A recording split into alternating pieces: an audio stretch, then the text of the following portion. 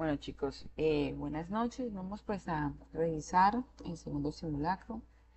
Pues preocupante, pues porque tenemos un promedio de 35,55 de preguntas correctas. Mejoramos con el pasado, que fue de 20 y algo, pero nos falta fortalecer aspectos como la parte analítica de mezclas, aspecto analítico de sustancias y físico-químico de sustancias. Entonces, podemos ver que nos falta un poquito y pues de verdad que a disposición de lo que necesiten, cualquier cosa que ustedes necesiten, pues me están preguntando. Yo no me voy a molestar porque ustedes me pregunten, no nada, ¿listo? Entonces, de verdad, el compromiso que ustedes busquen, pregunten, digan, profesor, no entiendo esto, quiero fortalecer esto, ¿qué me puede recomendar, etcétera, ¿vale? Entonces, eso es en primero, ¿listo? Pues vamos a iniciar con la primera pregunta que nos hacen aquí. Entonces, yo siempre les he dicho a ustedes que por favor analicemos el texto porque en la química, como yo creo que en general en todo el IFES, siempre, yo creo que el 90% de las preguntas nos las hacen basadas en el texto, explicándonos en el texto lo que nos van a preguntar. Entonces es mucho analizar. Entonces siempre miremos qué nos están preguntando. ¿Listo? Entonces miremos la pregunta 90, donde dice, la hidrogenación es la adición de hidrógenos al doble enlace para formar un alcano. Entonces, ¿qué nos están hablando? De hidrogenación, ¿cierto? ¿Qué es? Adicionar hidrógenos a doble enlaces. Entonces luego nos dicen, platino y paladio son catalizadores comunes usados en la hidrogenación de alquenos. El paladio se emplea en forma de polvo absorbido en paladio-carbono. El platino se emplea como paladio-oxígeno, catalizador de hadas. Nos da la reacción. No entendimos aquí que la hidrogenación gráficamente, ¿qué me está diciendo? Me está diciendo básicamente que tengo un enlace doble, ¿cierto? Recordamos que el carbono puede formar máximo 4 enlaces. Antes de reaccionar, ¿cuántos enlaces tiene? Carbono, un enlace, dos enlaces, tres enlaces y un hidrógeno imaginario, que es este. No es imaginario, no lo ponen, pero está, que es este, 4, ¿cierto? ¿Qué vamos a adicionar? Pues vamos a quitar este doble enlace y vamos a adicionar el siguiente hidrógeno que viene soportado sobre qué? Sobre paladio. Entonces, eso es lo que me está diciendo. Para darme finalmente un alcano. Si no recordemos que los alcanos son enlaces sencillos, ¿cierto? Alquenos son enlaces dobles y alquinos son enlaces triples. Aquí que estamos trabajando, alquenos, pasarlos a alcanos. ¿Listo? Que los alcanos también se conocen como enlaces saturados y los insaturados vienen siendo enlaces dobles y enlaces triples. Vamos a la pregunta, me dice, se hidrogena 2-penteno. ¿Qué es el penteno? Entonces recuerden que P es de 5 moléculas de carbono y Eno es de enlaces dobles. Entonces, ¿qué me va a decir? Cojo este penteno en presencia de platino y paladio y lo convierto ¿qué? En un alcano. ¿Qué tengo que buscar en la respuesta? Según el contexto de aquí y aquí, que este enlace doble se va a volver enlace sencillo. Si nosotros miramos aquí, ¿cuál tiene solo enlace sencillo? Tenemos la A y tenemos la C, ¿cierto?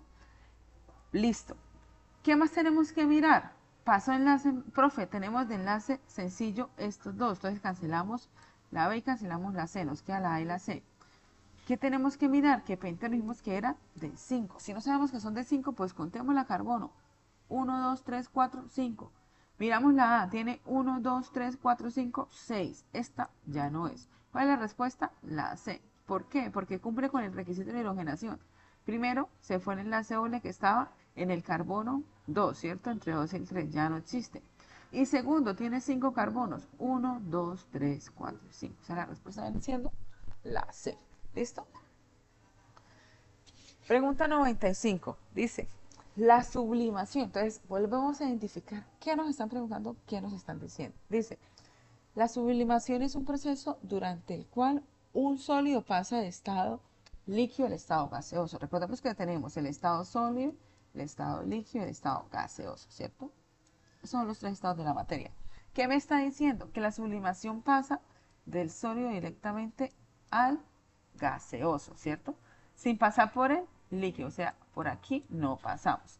Y a continuación lo muestran los elementos en los dos estados. Tenemos el sólido y tenemos el gaseoso. Si miramos qué pasa, la densidad pasó de 1,16 a 0,0145. ¿Qué me está diciendo? Que la densidad está disminuyendo, ¿cierto? ¿Qué más podemos mirar? Los aspectos color y olor. son iguales. ¿Por qué? Porque es la misma sustancia, ¿cierto? Nos pregunta, teniendo en cuenta la información anterior, la propiedad del elemento que cambia con la sublimación en este caso es la densidad debido a qué. Entonces, ¿por qué? ¿Debido a qué? Me están preguntando. Entonces, ya sabemos que nos van a preguntar por la densidad. Miremos las opciones de respuesta. Me dicen que la densidad, según esto, o aumenta o disminuye. Sin nosotros analizar nada, sin revisar nada, podemos decir, si observamos la densidad pasó de 1,16 a 0,145, o sea, disminuyó. ¿Cuáles son las primeras que vamos a eliminar? La A y la B, solo mirando lo que me están dando. O sea, ya descartamos 50-50, ¿cierto? Ahora sí vamos a intentar explicar por qué está disminuyendo. Entonces recordemos que la densidad se define como masa sobre volumen, ¿cierto? ¿Qué significa esta ecuación? Que si la densidad aumenta cuando la masa aumenta, ¿cierto? Y la densidad disminuye cuando el volumen aumenta, ¿cierto? ¿Por qué pasa esto? Fácil. Si yo cojo una piedra y cojo un pedazo de madera, ¿qué pesa más? ¿La piedra o la madera? ¿Qué va a pesar más? La piedra, o sea, tiene más masa. Si yo meto esas dos sustancias dentro de un vaso con agua, ¿qué va a pasar? ¿Qué va a tener mayor densidad? Pues lo que pesa más. Y entre la piedra y la madera, ¿qué va a pesar más? Pues la piedra, ¿cierto? O sea, la piedra va a ir al fondo. ¿Por qué? Porque tiene mayor masa, ¿cierto? Ahora, yo cojo el pedazo de madera, como tiene menor masa, ¿qué va a pasar? Va a flotar, ¿cierto? Entonces la densidad aumenta con la cantidad de masa, ¿cierto? Ahora, ¿qué pasa con el volumen? Entonces recuerdo que el volumen es el espacio que ocupa la sustancia. Si hablamos acá de una misma sustancia, se supone que aquí la masa es la misma para las dos sustancias. ¿Qué está cambiando el volumen, cierto? ¿Qué pasa con el volumen de un sólido? Recordemos que el volumen es más organizado, la partícula está más organizada, el volumen tiende a ser más pequeño, ¿cierto? Entonces, cuando el volumen es más pequeño, significa que hay ¿qué? Mayor densidad porque es inversamente proporcional. Entonces, si el volumen es bajito, la densidad va a ser mayor, ¿cierto? La densidad va a ser mayor, que es lo que pasa en el estado sólido. Ahora, ¿qué pasa en el estado gaseoso? Recuerden que el estado gaseoso ocupa todo el espacio disponible. Ejemplo, si yo tengo a 5 estudiantes, los tengo en un salón, ¿cierto? ¿Cuál es el volumen de esos 5 estudiantes? Pues el volumen va a ser el del salón porque ellos están quietos, sentados, organizados, ¿cierto? ¡Pum! Suena el timbre del descanso. ¿Qué va a pasar? Esos mismos 5 estudiantes que van a hacer se van a distribuir en el volumen de todo el colegio. Siguen siendo los mismos 5 estudiantes, solo que el volumen cambió. ¿Qué pasó con el volumen? Aumentó el volumen, porque ya no hablamos del espacio del salón, sino del espacio del colegio. Y si aumentó el volumen, ¿qué va a pasar? Disminuyó la densidad, ¿cierto? ¿Qué es lo que observamos acá? Disminuye la densidad. ¿Por qué disminuyó la densidad? Porque el volumen está aumentando, ¿cierto? ¿Y cuál de estas es la opción que me dice? La C dice, disminuye del momento 1 al momento 2, porque las moléculas poseen menor peso. No, dijimos que son la misma molécula, la misma cantidad, el mismo peso. O sea, esta no es, ¿cierto? La D dice, disminuye del momento 1 al momento 2 porque el volumen de la sustancia es mayor en el estado gaseoso que en el estado sólido. ¿Cuál es la respuesta correcta? La D. ¿Listo? Pregunta 96. Me dice, perdón, el clorometano me da la ecuación química que es carbono con cloro, ¿cierto? Entonces recordemos que el carbono forma 4 enlaces, entonces acá vamos a tener hidrógeno, acá vamos a tener hidrógeno, acá vamos a tener hidrógeno, ¿cierto? Como es cloro, pues el cuarto enlace va a ser con el cloro, ¿listo? Entonces me dice, llamado también cloruro de metilo. Entonces, no me han dicho nada hasta el momento. Es un gas incoloro. Tiene un olor ligeramente dulce que se detecta solamente a niveles que pueden ser tóxicos. Es más pesado que el aire y se incendia fácilmente. Entonces, si es más pesado que el aire, ¿qué va a pasar? Mayor densidad, ¿cierto? Va a estar abajo. En el pasado el clorometano fue ampliamente usado como refrigerante, sin embargo ya no se usa debido a sus efectos tóxicos y puede obtenerse a partir de la siguiente reacción. Entonces, ¿qué voy a determinar? Clorometano. ¿Dónde está el clorometano? Aquí. Si no me hace la ecuación, mire, acá me dice los nombres. Entonces, pongo a reaccionar metanol Con cloruro de fósforo, ¿qué va a tener? Clorometano, con cloruro de fosforilo y agua, ¿cierto? Hasta ahí. ¿Qué me están explicando? Cómo se obtiene clorometano. Esto es todo lo que me dijo el texto, nada más, ¿cierto? Y cómo es la molécula. Listo. ¿Qué me está dando? La ecuación química, que está balanceada por los componentes estequiométricos, ¿cierto? Dice, si en la reacción se producen exactamente 2 moles de clorometano, entonces ya me están dando ecuaciones estequiométricas, valores estequiométricos. ¿Qué me dice? Que me están produciendo 9 moles de clorometano, ¿cierto? Entonces, en la reacción se producen 9 moles de clorometano. Listo. ¿Cuántos moles de cloruro de fósforo? Profe, la ecuación. Cloruro de fósforo. ¿Cuántas moles va a quedar en suficiente cantidad de metanol? Entonces, ¿dónde está mi incógnita? Necesito saber cuántas moles van a estar aquí, ¿cierto? Entonces, volvemos, estequiometría, ¿cierto? Esta reacción química, ¿qué me está diciendo? Que recuerden que si acá no hay un número, asumimos que esto es un 1, ¿cierto? Estequiométricamente con la ecuación que me están dando dice que 1, ¿cierto? De cloruro reacciona con el metano, ¿y cuánto me va a producir? 2 moles de clorometano, ¿cierto? Esto es lo que pasa en la reacción. Pero resulta y pasa que en mi experimento, en el de ellos, no obtuve 2, sino obtuve 9, ¿cierto? Entonces, ¿cuántos voy a tener o cuántos necesito acá para obtener? ¿Listo? Fácil. Regla de 3, ¿cierto? El lado contrario divide, ¿cierto? Entonces, X a qué va a ser igual. X va a ser igual a el lado contrario divide, o sea, 2, ¿cierto? Y multiplico ¿qué? 9 por 1, o sea, 9, ¿cierto? O sea, ¿cuántas moles voy a necesitar? ¿Cuánto va a ser X?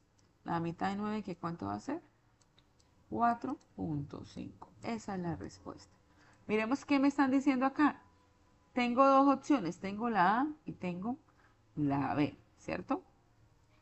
Entonces, ahora miremos lo que dice. Dice la A, reaccionan 4.5 moles porque por cada mol de cloruro de fósforo se produce una mol de clorometano.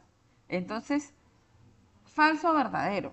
Falso, ¿cierto? Porque por cada mol de clorometano se produce 2 moles, ¿cierto? O sea, esto es falso, no es una, ¿cierto? Son 2 moles, o sea, acá son 2. Entonces, esta no es la respuesta.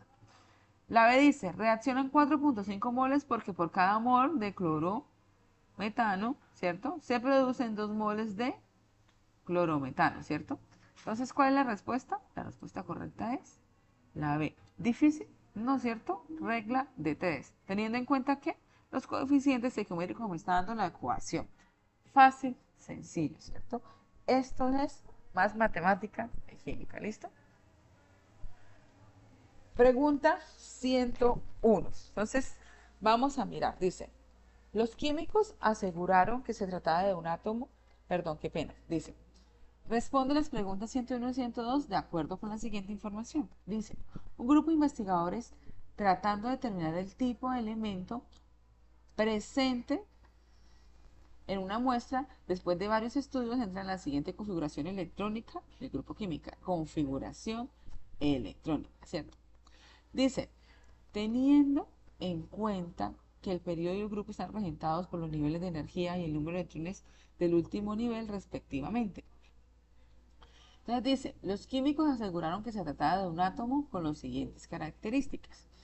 Entonces, recordemos cómo podemos dibujar este átomo. ¿Qué me está diciendo? Recuerden que el número grande me dice los niveles. ¿Cuántos niveles tengo? 1, 2 y 3, ¿cierto?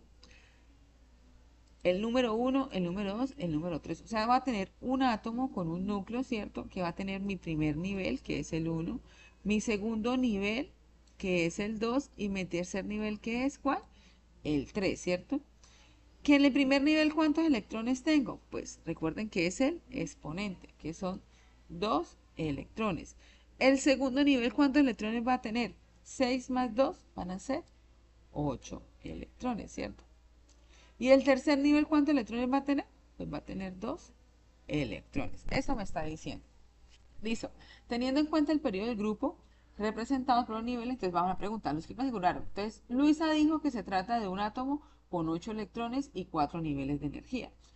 Entonces, ¿cuántos niveles tenemos de energía? Entonces vamos a tener 3 niveles, ¿cierto?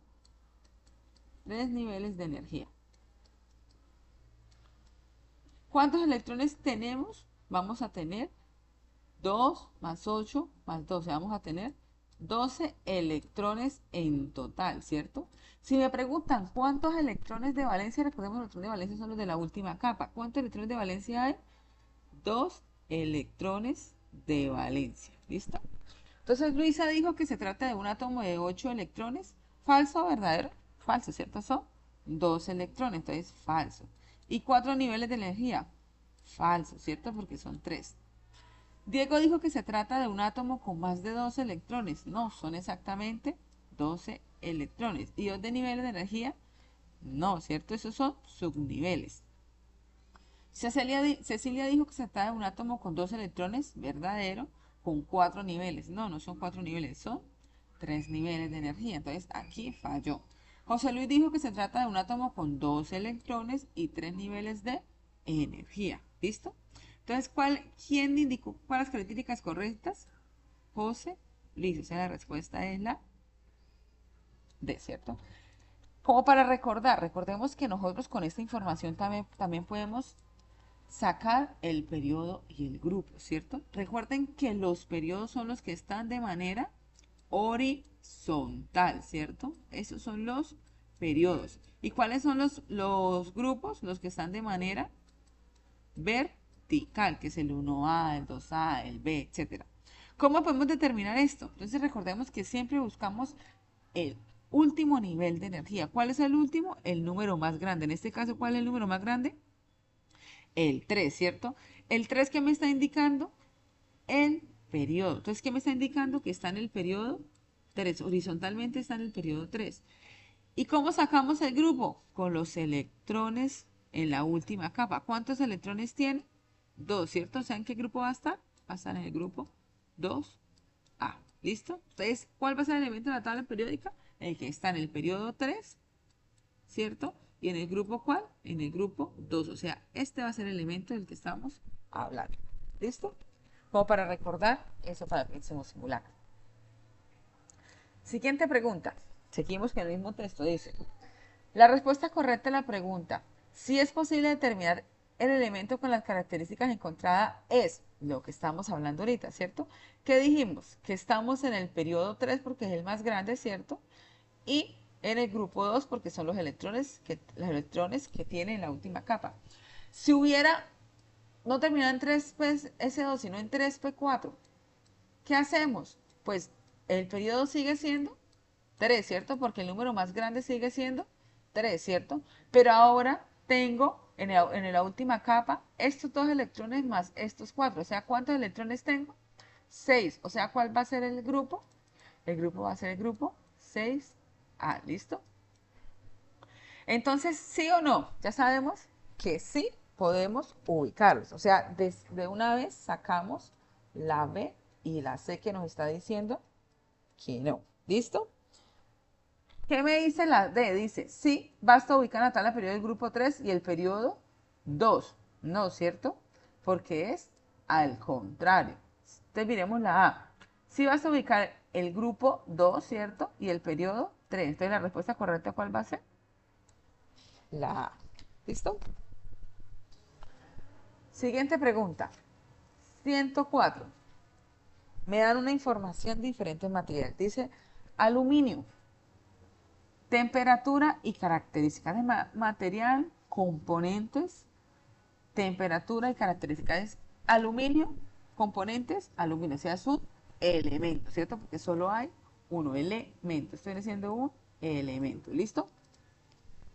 ¿Qué me dice de este elemento? Que a temperaturas, ¿a qué temperatura se ubica? Alta. Características.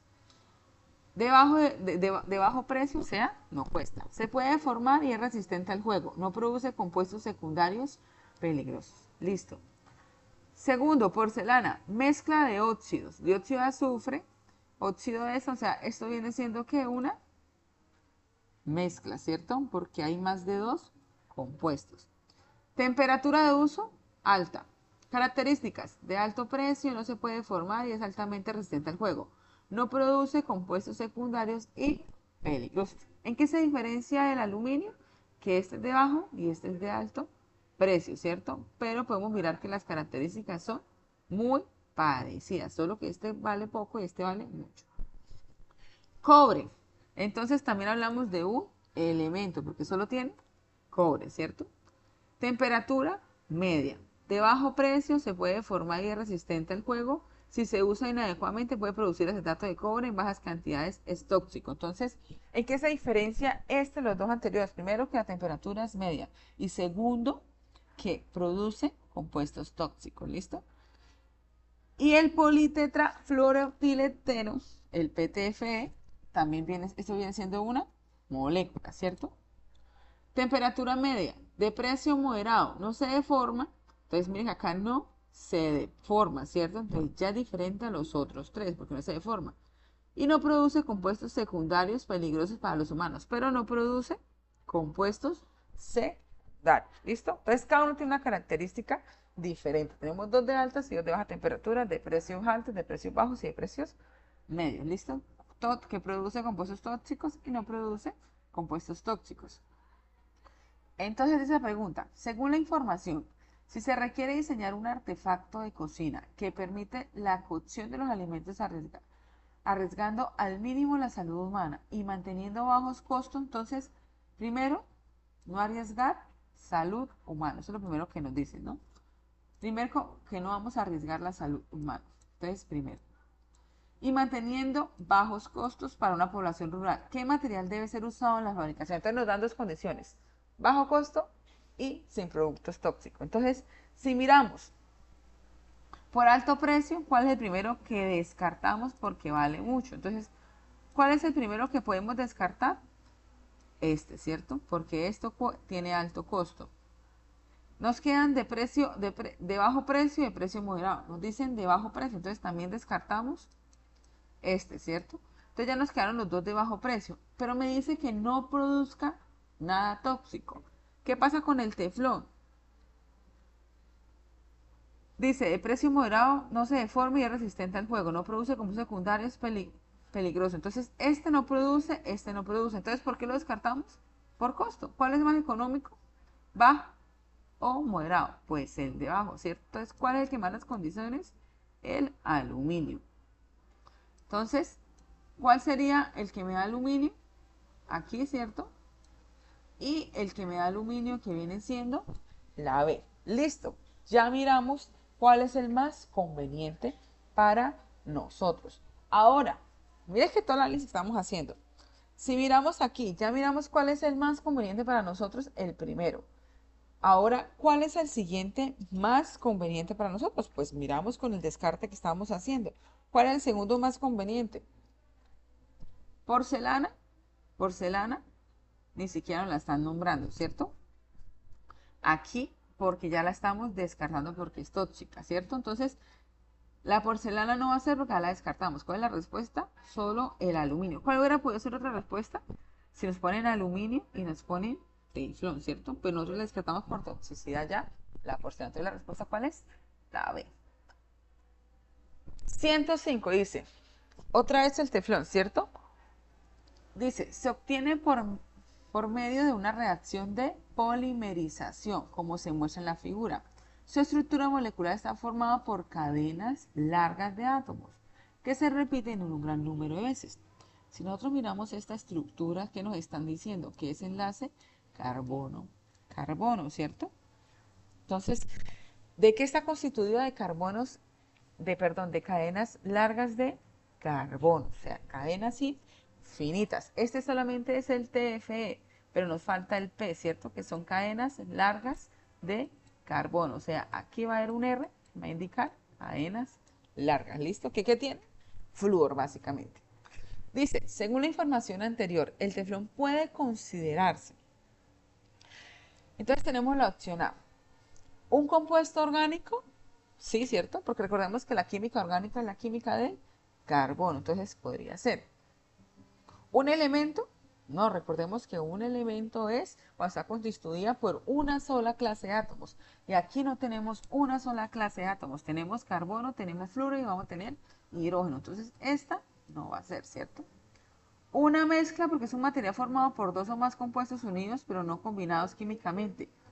Eso es una cadena enlace átomo-átomo, ¿cierto? Y cuando hablamos de enlace átomo-átomo, ya hablamos de que cambian propiedades químicas, ¿cierto? Entonces, sí estamos combinando químicamente. Entonces, la C tampoco podría ser.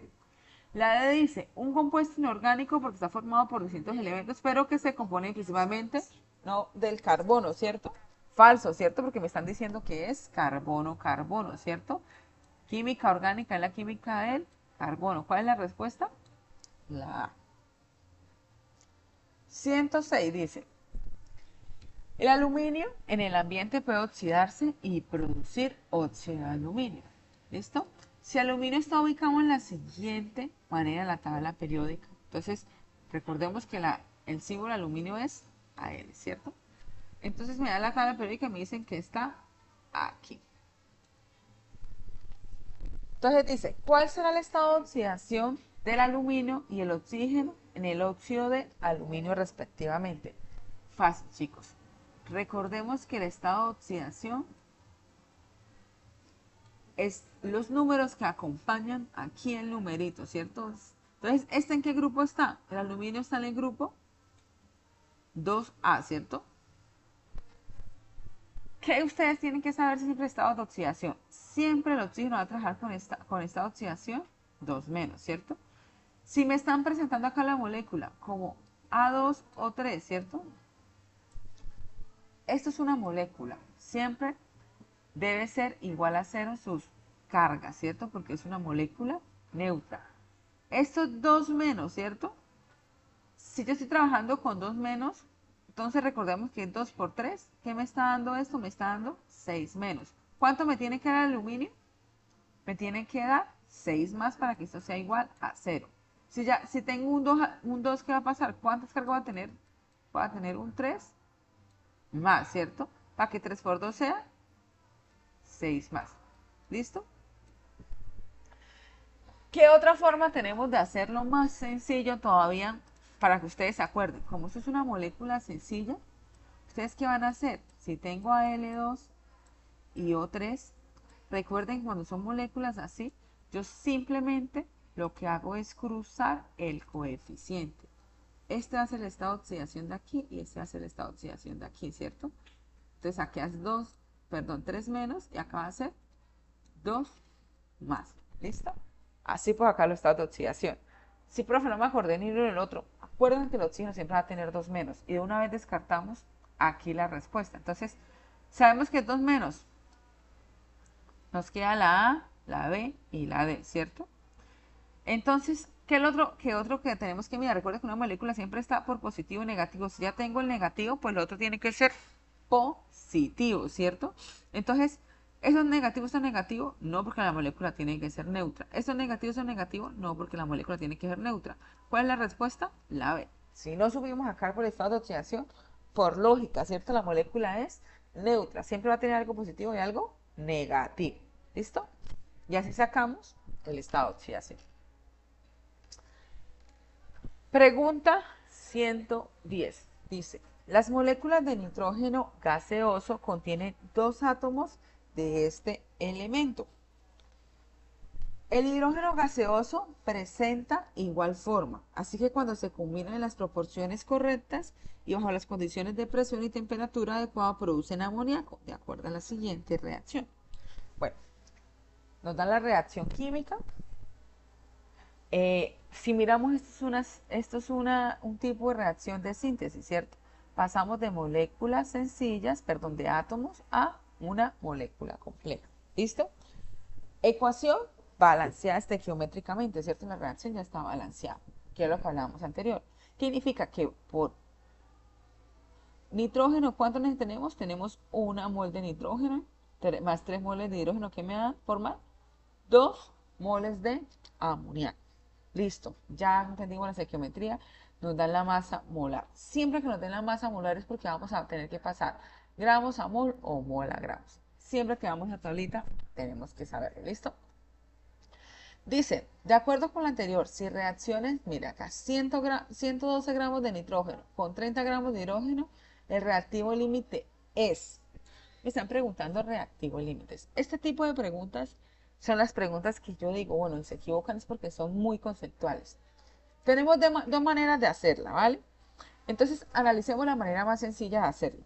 Si me están preguntando en gramos, entonces tengo dos maneras. Paso las moles a gramos y los gramos a moles. ¿Qué hago? Miro la respuesta, ¿cierto? Miro si la respuesta me la están dando en moles o me la están dando en gramos. La A dice hidrógeno porque es menor hidrógeno porque es menor que el H2, así que se agotará primero ser reactivo. Me están hablando de masa.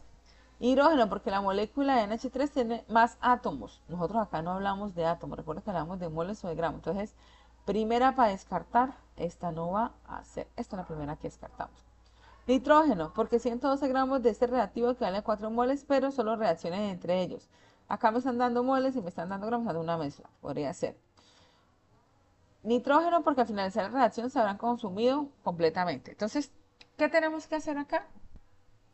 Pasar estos gramos a moles, ¿listo? Estos 112 gramos de nitrógeno y estos 30 gramos de hidrógeno, ¿listo? A moles. ¿Para qué? Porque según la ecuación podemos dar que uno, ¿cierto?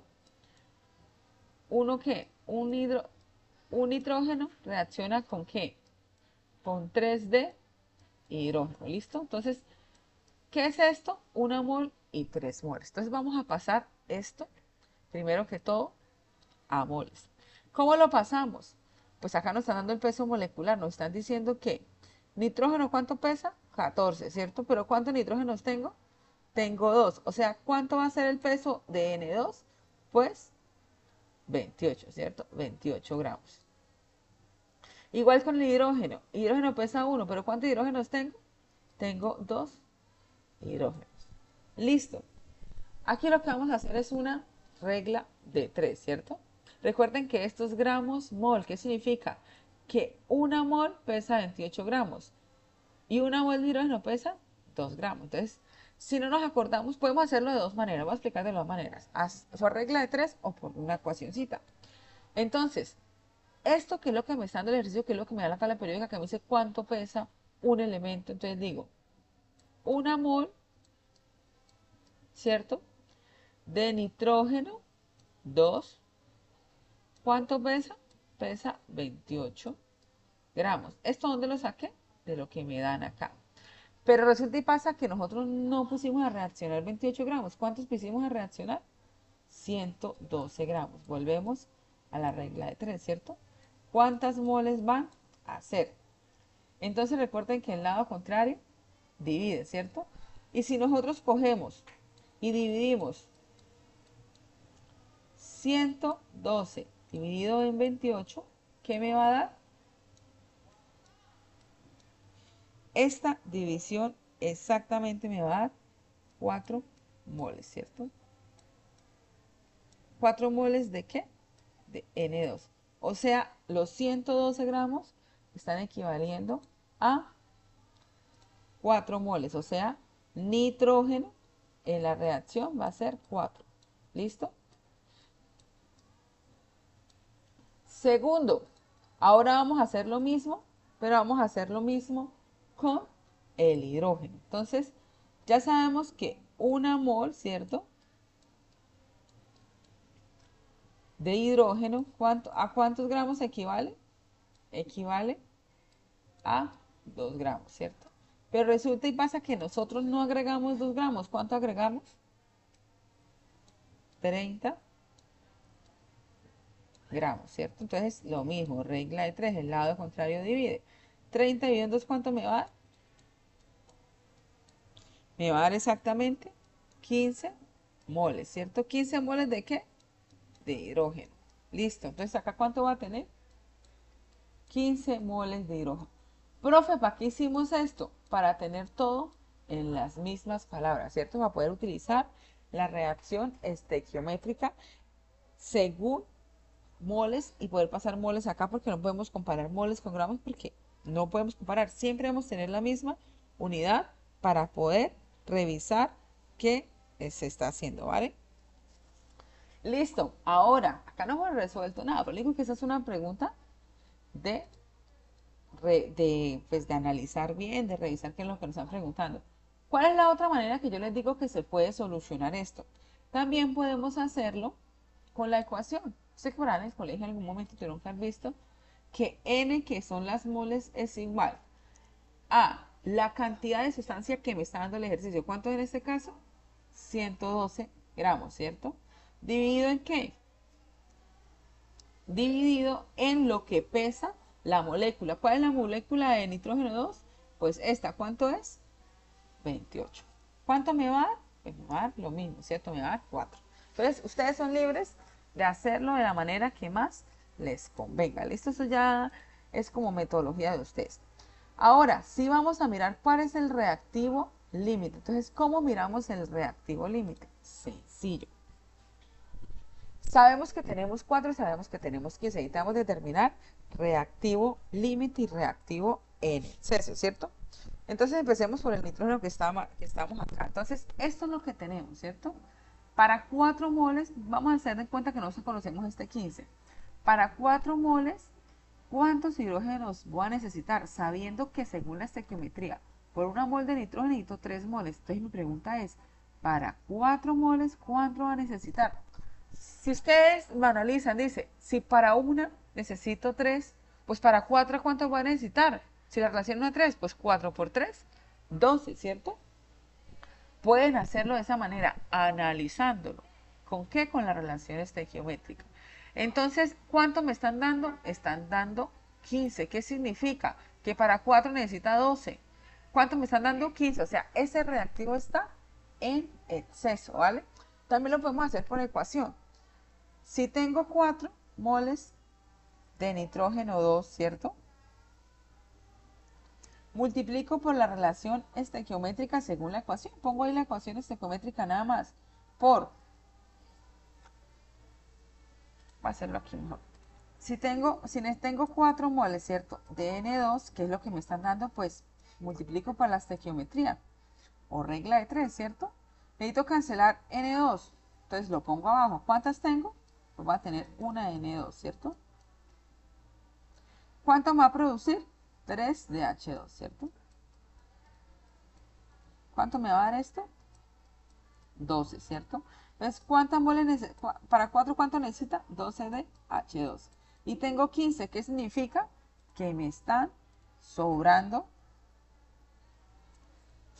3. O sea, este es mi reactivo en exceso. Y si este es el exceso, ¿cuál va a ser el límite? Pues el otro, ¿cierto?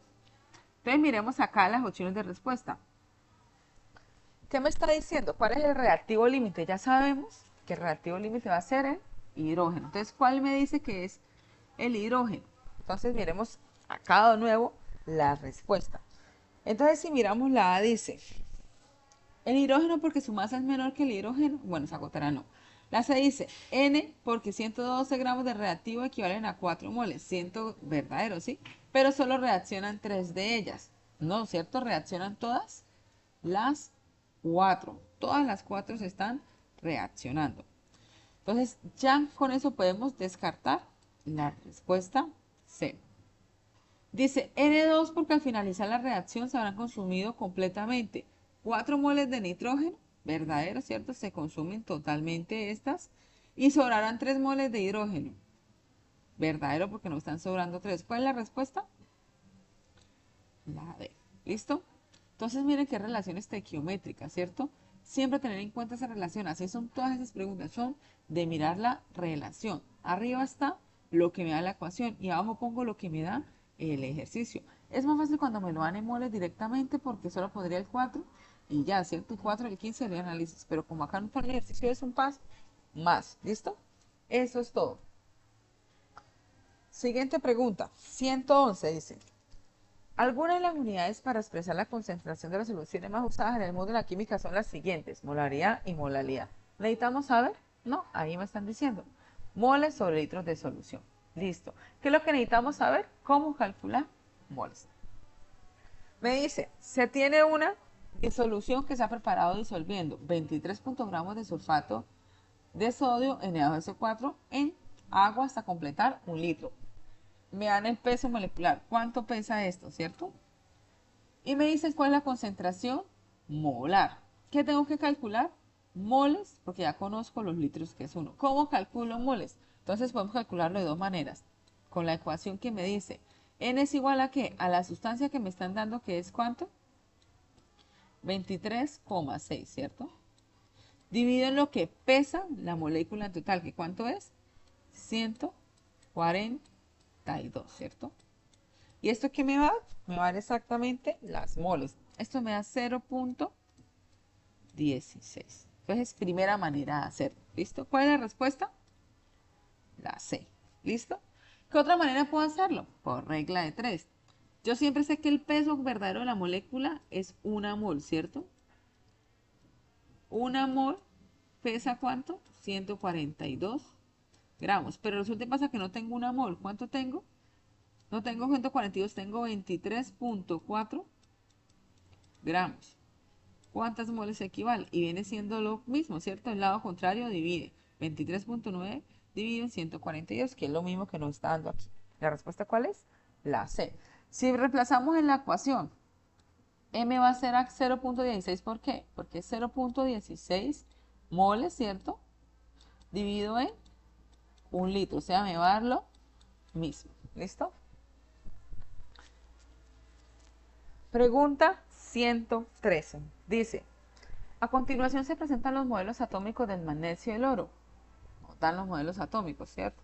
Recuerden que en el núcleo tenemos protones, neutrones. Recuerden que está la mayor cantidad de masa atómica porque está lo que más pesa, ¿cierto? Y alrededor están los electrones, que son los más livianos y por eso que se están constantemente moviendo, ¿cierto? Entonces nos dan acá protones 12, neutrones 12, protones 79, neutrones 117. Nos dan acá el número atómico. Recuerden que el número atómico es igual al número de los protones. ¿Listo? Dice, de acuerdo con la información anterior, ¿cuál de las siguientes afirmaciones es correcta en la estructura de los dos átomos? Entonces, magnesio y oro. Dice, el magnesio presenta 12 electrones.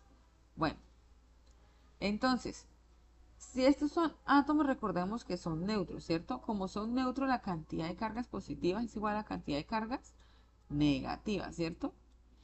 Entonces, para el magnesio, si tengo 12 protones, ¿cuántos electrones voy a tener? 12 electrones. Acá los podemos contar, ¿cierto? 2, ¿cierto? Acá tengo 8, 10 y 2, 12, ¿cierto? Pero si nos ponemos a contar esto, nos morimos de hambre, ¿cierto? Pero sabemos que tenemos 79 protones, ¿cierto? Entonces, ¿cuántos electrones van a haber? Pues 79 electrones, que es como el dato que nos falta. El magnesio presenta 2 electrones verdaderos y el oro 79 protones. ¿Verdadero? Esta pregunta, esta respuesta, ¿cierto? Miremos la B. El magnesio presenta 12 electrones, sí, y el oro 79 neutrones. No, neutrones, ¿cuántos tenemos? Tenemos 117, ¿cierto? Entonces, esto es falso. La C dice, el magnesio presenta 12 protones. Verdadero, ¿cierto? Y el oro presenta 117 electrones, ¿no? Son 79, ¿listo? El magnesio, la D dice, el magnesio presenta 12 neutrones. Sí, verdadero, porque tenemos 12 neutrones. Y el oro presenta 117 protones. No, ¿cierto? Presenta 79. ¿Listo? 114 dice, los alcoholes se clasifican en primarios, secundarios y terciarios dependiendo del carbono. Entonces, si no sabemos, acá nos dice carbono primario, carbono secundario, carbono terciario. ¿A qué se debe el tipo de carbono? Entonces, recordemos que carbono primario dice a cuántos carbonos está unido, ¿cierto? Entonces, este es mi carbono. Este siempre va a mirar el del centro, ¿cierto? ¿A cuántos carbonos está unido este carbono? A uno. Recuerden que R es carbonos. Acá solamente hay uno. Entonces, por eso es primario. Alcohol secundario, ¿a cuántos carbonos está unido? Entonces, ¿cuántas R's tenemos? 1, 2, o sea, está de manera secundaria. Terciario, ¿a cuántos carbonos van a estar unidos? 1, 2 y 3. ¿Listo? En una molécula y dice, según la información suministrada, el anterior compuesto es un alcohol. Pues miremos, tengo un carbono acá que es el principal, ¿cierto? ¿Cuántos carbonos tiene unidos? 1, 2 y 3. O sea, ¿qué carbono es? Terciario. ¿Listo? Bueno, vamos a mirar la segunda sección del simulacro. ¿Listo?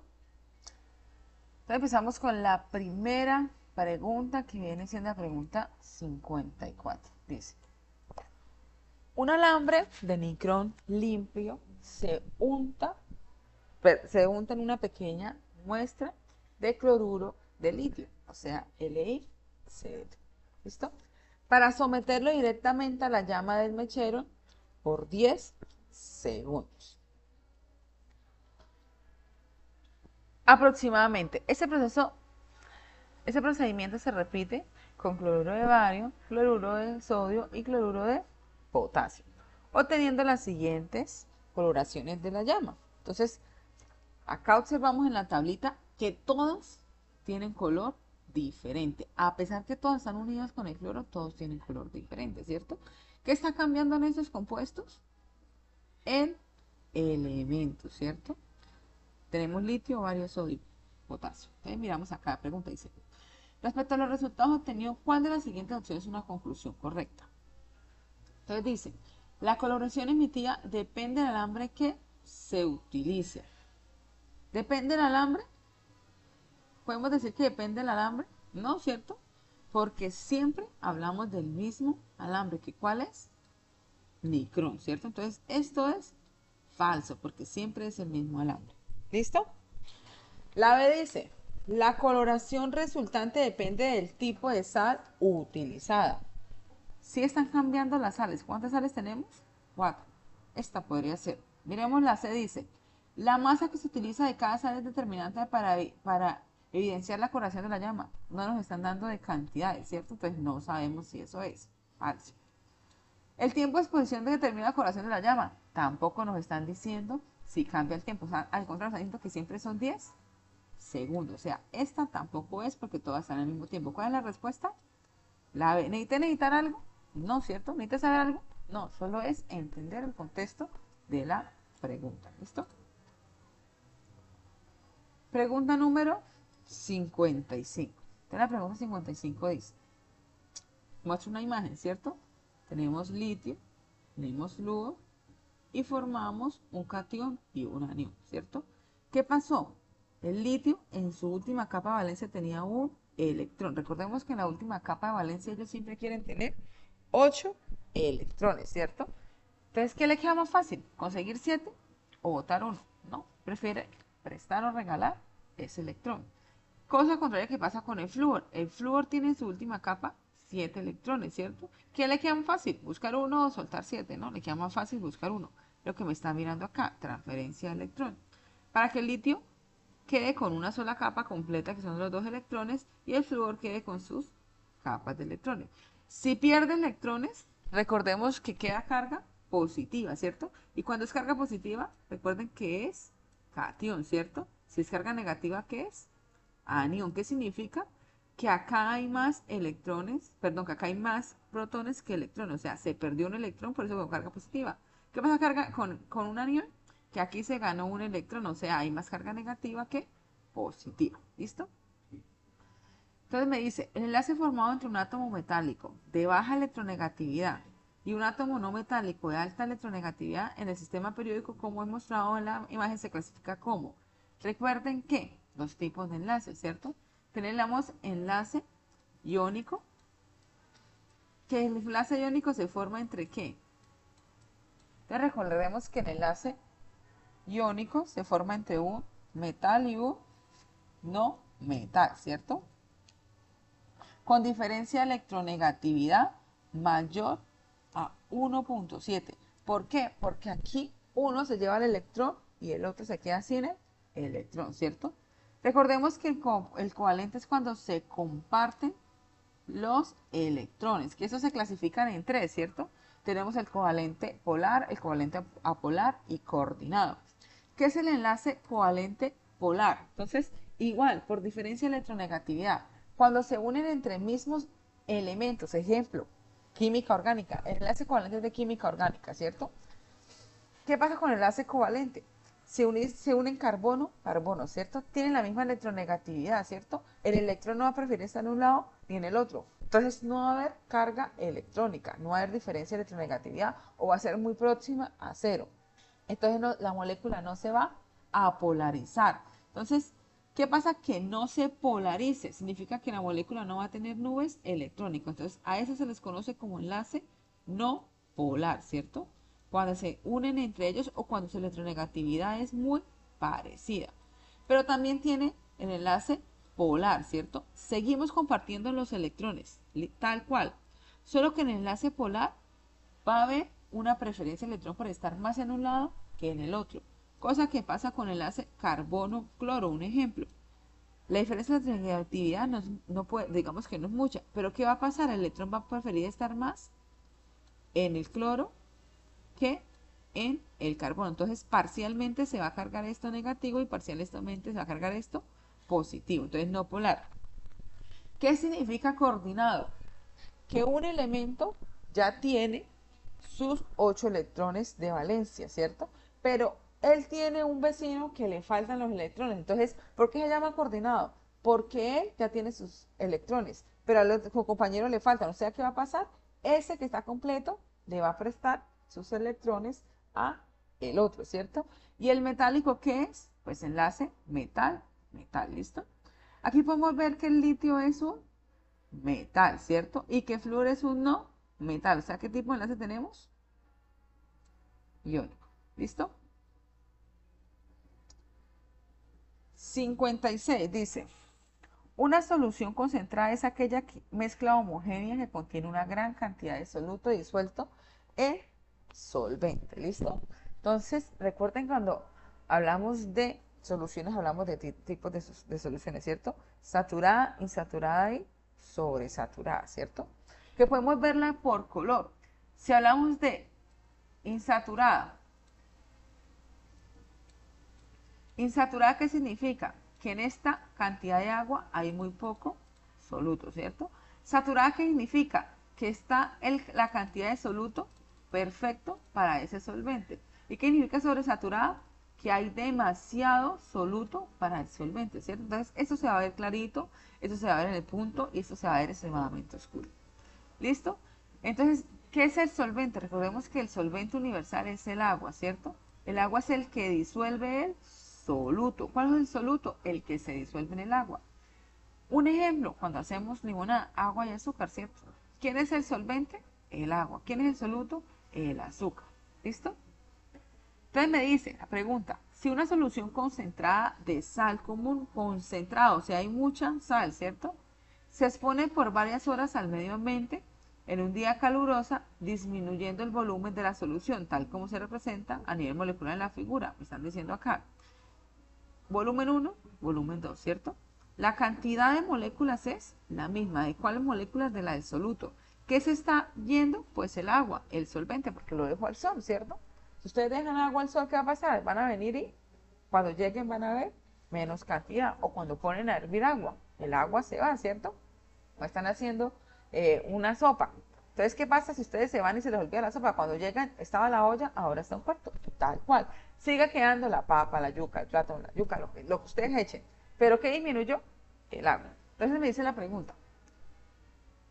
Entonces, tal como se presenta a nivel molecular figura, ¿se cumple qué? El solvente se condensa, el soluto disminuye, entonces, no, el soluto se mantiene, ¿cierto?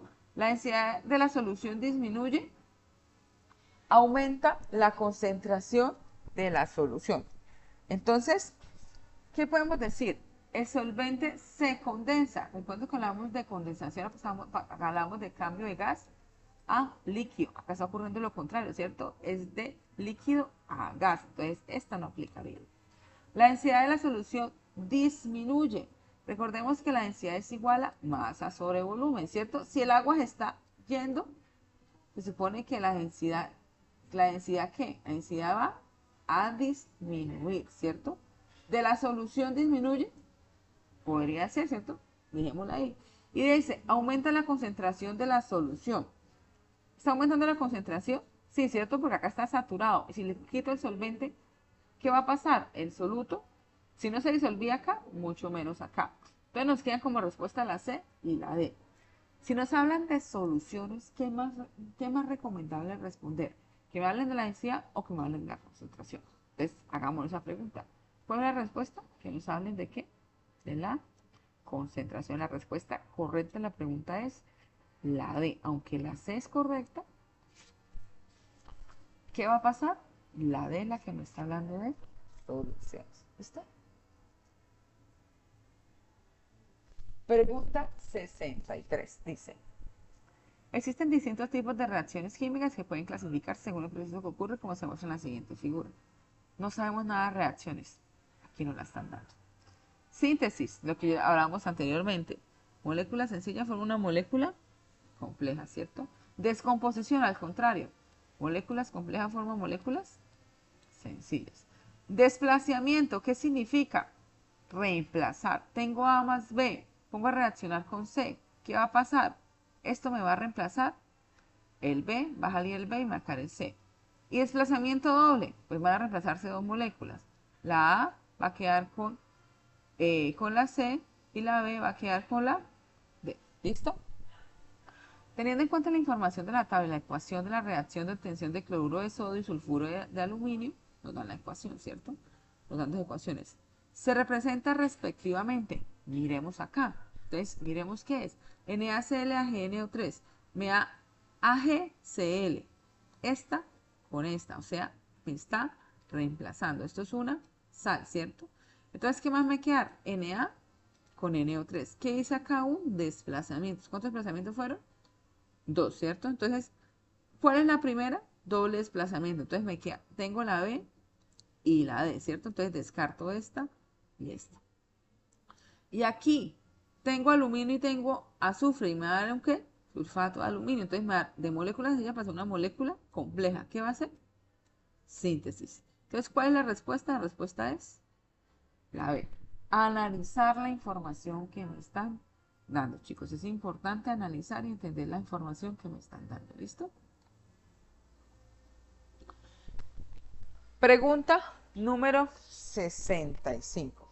Entonces, de nuevo, vamos a analizar la pregunta que me están, lo que me están diciendo. Dice, el punto de ebullición de una sustancia es la temperatura a la cual la presión de vapor del líquido es igual a la presión que rodea al líquido y el líquido se transforma en vapor. ¿Listo? Entonces me están diciendo que es el punto de ebullición. Según el punto de ebullición, entonces, ¿qué es? La temperatura que presión del vapor del líquido es igual a la presión que rodea el líquido. ¿Qué significa esto? Si nosotros tenemos una olla acá, ¿cierto? Este va a ser nuestro líquido. ¿Qué me está diciendo? ¿Cuándo es el punto de ebullición? Cuando esta presión de este líquido es igual a la presión atmosférica. Eso es lo que significa en pocas palabras. ¿Listo? Me dan una gráfica, me dicen temperatura de ebullición, concentración. ¿Qué me está diciendo? Que la temperatura de ebullición para un disolvente puro siempre va a ser 100 grados, ¿cierto? Siempre es constante. ¿Que en disolución qué va a pasar? En disolución, a mayor concentración, ¿qué va a pasar? Mayor temperatura de ebullición. ¿Por qué pasa esto? Si inicialmente nosotros tenemos solo moléculas de agua, pero luego a estas moléculas de agua yo le agrego sal, papa, yuca, todo lo que vamos a hacer, ¿qué va a pasar? Va a haber más materia, ¿cierto? Y al haber más materia, ¿qué va a pasar? Pues va a necesitar primero más temperatura para que estas moléculas empiecen a hacer la presión para que esto pueda pasar al punto de ebullición. ¿Listo? ¿Qué es lo que me está diciendo acá? La temperatura va a aumentar. ¿Por qué? Porque necesita más calor, ¿cierto? Porque ya no tengo 5 moléculas, sino que va a tener 50 moléculas. Y para que esas moléculas se muevan todas a la misma velocidad y puedan hacer suficiente presión acá, van a necesitar más. Eso es lo que me está diciendo acá. Teniendo en cuenta lo anterior, se puede decir que el punto de ebullición de un disolvente puro. Entonces, de este disolvente puro, ¿qué podemos decir? Que es constante, ¿cierto? Y es que menor. ¿Es igual que las disoluciones en que participa? No, ¿cierto? Ni siquiera pega en ningún momento. Entonces no va a ser menor. ¿Es igual? Tampoco, que estamos viendo que la gráfica tampoco es igual. ¿Es mayor que la disolución en la que participan? Y depende del tipo de disolvente. Entonces, qué pena, acá me equivoqué. Teniendo en cuenta lo anterior, se puede decir que el punto de ebullición de un disolvente puro, ¿qué va a hacer? Acá podemos decir que Si miramos el disolvente puro es menor que en una solución. Entonces me está preguntando así por el disolvente el del disolvente puro. Entonces, ¿es igual que las soluciones? No, ¿cierto? En las disoluciones va a ser mayor, ¿cierto? ¿Es menor que las disoluciones en que participa? Sí, porque acá es menor. ¿Es mayor que las disoluciones? No, siempre están por debajo. Y depende del tipo de disolvente, pues sí, pero acá no me están comparando con diferentes tipos de disolvente. Entonces, ¿cuál es la respuesta? La respuesta va a ser la B. ¿Listo? 71 dice, el punto de ebullición del agua es de 100 grados centígrados o Celsius, que es lo que nosotros conocemos, ¿cierto? A esta temperatura el agua comenzará a cambiar del estado líquido al estado gas. Para que ese cambio tenga lugar se requiere energía adicional. De hecho, cada gramo de agua líquida requiere 540 calorías de energía térmica, o sea, temperatura, calor, fuego, ¿cierto? Dice, de energía térmica. Esto se llama calor de vaporización. Durante el proceso de conversión la temperatura no aumenta, por lo tanto es posible tener tanta agua líquida como vapor que existe en 100 gramos centígrados. Según la información anterior, ¿por qué la quemadura del vapor del agua duele mucho más que la que produce el agua hirviendo directamente? Recordemos que la temperatura, ¿cierto?, es la energía cinética promedio de las moléculas. ¿Qué es la energía promedio? ¿Qué es la energía cinética? Recordemos en física la energía de el movimiento. O más fácil, más sencillo. Ejemplo, nosotros estamos en el salón de clase, ¿cierto? Entonces ustedes están sentados, ¿cierto? La profesora está en la puerta. Estamos caminando. Entonces la profesora dice, vamos a descanso. Salimos organizados, saliendo a descanso, ¿cierto? Si ustedes chocan con la profesora caminando, ¿el choque va a ser fuerte o va a ser débil? Va a ser débil, ¿cierto? Si yo con la profesora va a ser el empujoncito, ¿cierto? Primer evento. Estamos en energía cinética media, baja, porque estamos solo caminando. Ahora, resulta y pasa que también, segundo momento, estamos en el salón de clases y ya no estamos caminando, ¿cierto? Se armó un incendio. Ustedes ya no van a estar caminando, van a estar ¿qué? Corriendo, ¿cierto? La profesora está en la puerta. Si ustedes pasan y se tropiezan con la profesora, ¿qué va a pasar? Ustedes ya no la van a pegar suavemente. ¿Qué van a hacer? La van a empujar hasta tumbar. ¿Por qué? Porque la energía con la que ustedes van, la cinética, el movimiento es muchísimo más fuerte. Entonces, para esa persona que está quieta, ¿qué va a hacer? Fuerte, ¿cierto? Es lo que me están preguntando. Lo mismo pasa.